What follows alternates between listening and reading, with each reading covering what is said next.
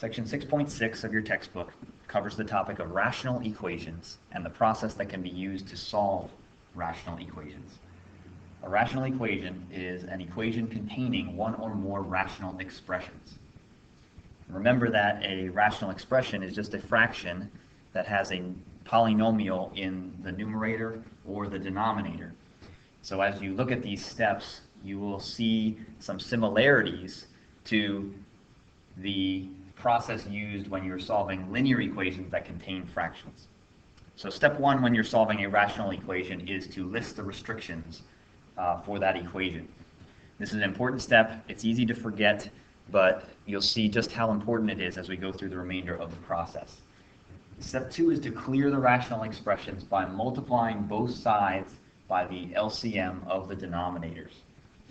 This process should sound familiar if you remember that you can clear fractions from a linear equation in a very similar way by multiplying by the LCD to create an equivalent equation that doesn't contain fractions. Step three is to solve the resulting linear or quadratic equation using the appropriate methods for that type of equation. And then step four is to write the solution set. Remember that the numbers that are restrictions from step one cannot be solutions of your rational equation. Now you might be wondering why it is that a number that's a restriction might even be considered to be a solution of the rational equation. Why might this restriction come up as a possible solution? To help you understand that, I want you to recall that the multiplication property of equality states that if A equals B and C is not equal to 0, then AC equals BC. To put that in slightly different terms, you can create an equivalent equation by multiplying both sides of an equation by the same non-zero number. Now the problem is that as we try to apply this property to rational equations when we're dealing with step two of this process, we are multiplying by an LCM that might be a variable expression. And if it is a variable expression, then it could be equal to 0. So we might be multiplying both sides of our equation by the number 0, and that means that this step may not produce an equivalent equation. For this reason, the solution set of the equation that you solve in step 3 may be slightly different from the solution set of the original rational equation. And we'll see more detail how that works as we look at some examples on the next couple of slides. We're going to deal with 5 examples, solving each equation and writing the solution set. Let's look at example number 1, 2 over 3x plus 1 over x equals 10. First, we need to identify the restrictions on our equation. In this case, there's only one. X cannot equal 0 in this equation. Next, we will multiply both sides of the equation by the LCM, which in this case is 3x. On the right-hand side, distributing 3x to each term gives us 6x over 3x for the first term, and 3x over x for the second term. On the right-hand side, we have 30x. Now we can simplify our rational expressions. There's a common factor of x in each of the two rational expressions, so we can write a simpler equation, 2 plus 3 equals 30x. This is a linear equation, so we'll solve by isolating the variable, dividing by 30 on both sides. 5 over 30 equals x. The solution set for our linear equation is 1/6. And since that is not one of the restrictions, the only restriction is that x cannot equal 0, then we can say that this solution set is the solution set of the original rational equation as well. Let's look at another example. Example 2, x plus 6 over x equals -5. In this case, once again, we have a restriction that x cannot equal 0 because of the x in the denominator. And our LCM is just x. So we'll multiply both sides of the equation by x. Distributing on the left-hand side leaves us with x squared, and then notice that the x in the numerator would simplify with the x in the denominator. So we just have plus 6 for our second term. And on the right-hand side, we have minus 5x. This is a quadratic equation, so we'll solve by setting one side equal to 0. We add 5x on both sides. We have x squared plus 5x plus 6 equals 0. Now we factor the trinomial on the left-hand side into the product of two binomials. And we use the zero product property. Either one of the two factors must be equal to 0, which leads us to two solutions. X can equal -3, or x can equal -2. Those are the solutions of our quadratic equation. Since neither one of them is on our restricted list,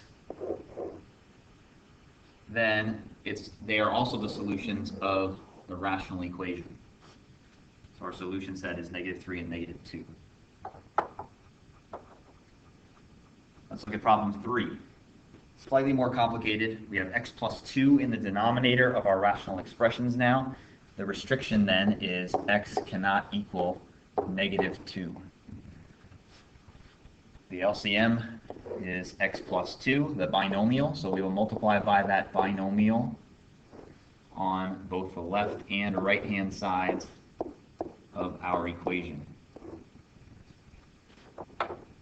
Now, as we distribute our x plus 2 to each term, to save time, we can simplify as we go. So we have x plus 2 times 1, that's simply x plus 2. Then we have x plus 2 times 3x over x plus 2. So the common factor of x plus 2 is in the numerator and the denominator, so we can cancel those out. We are left with just 3x. Similarly, on the right-hand side of the equation, the x plus 2 cancels out with the x plus 2, leaving us with -6. We have a linear equation this time, so we'll solve by isolating the variable. Combine like terms. Subtract 2 from each side. Divide by 4 on each side.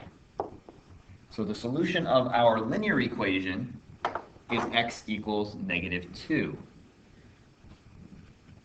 Unfortunately, -2 is a restriction for our rational equation because it would make the denominators of those two rational expressions equal to 0. This means that the solution set of our rational equation is the empty set. There are no numbers that make the original rational equation true.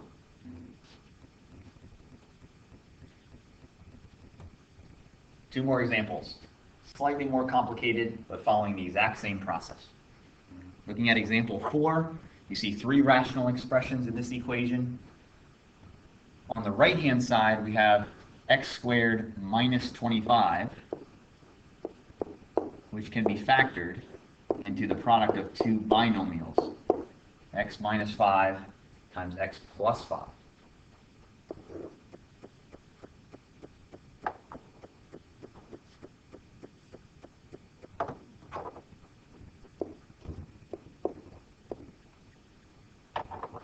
So our LCD in this case is x minus 5 times x plus 5, and we'll multiply by that on both sides, keeping in mind as we do so that our restrictions are positive and -5.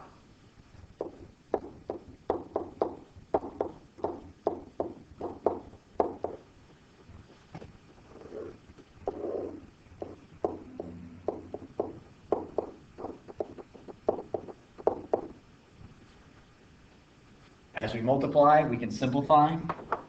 In the first case, we're multiplying by 3 over x minus 5. So I see an x minus 5 in the numerator and in the denominator. So those cancel out. leaving us with 3 times the quantity x plus 5.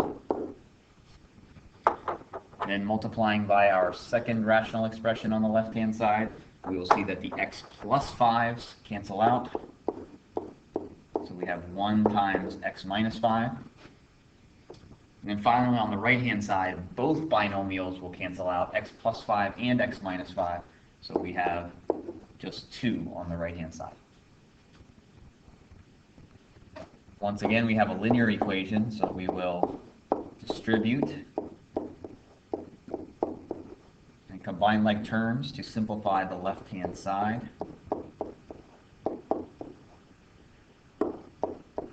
Isolate the variable. And we have a solution set of -2. Comparing that with our restrictions, positive and -5, we can see that the rational equation has the same solution set. One last example, example number 5, x squared over x minus 1 equals 1 over x minus 1. Obviously, in this case, the restriction is that x is not equal to 1, and the least common denominator is x minus 1, so we multiply by it on both sides.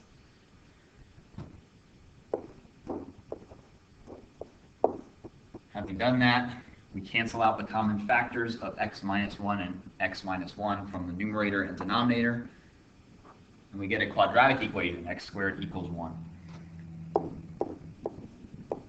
Write the equation in standard form, factor the difference of 2 squares, and solve the equation to get 2 solutions. -1 and +1 are both solutions for our quadratic equation. However, we have a restriction on this problem. The rational equation, x cannot equal -1 because that makes the denominator equal to 0 and makes an expression undefined. So we have to remove that from the solution set of our rational equation and write a solution set containing only the number -1.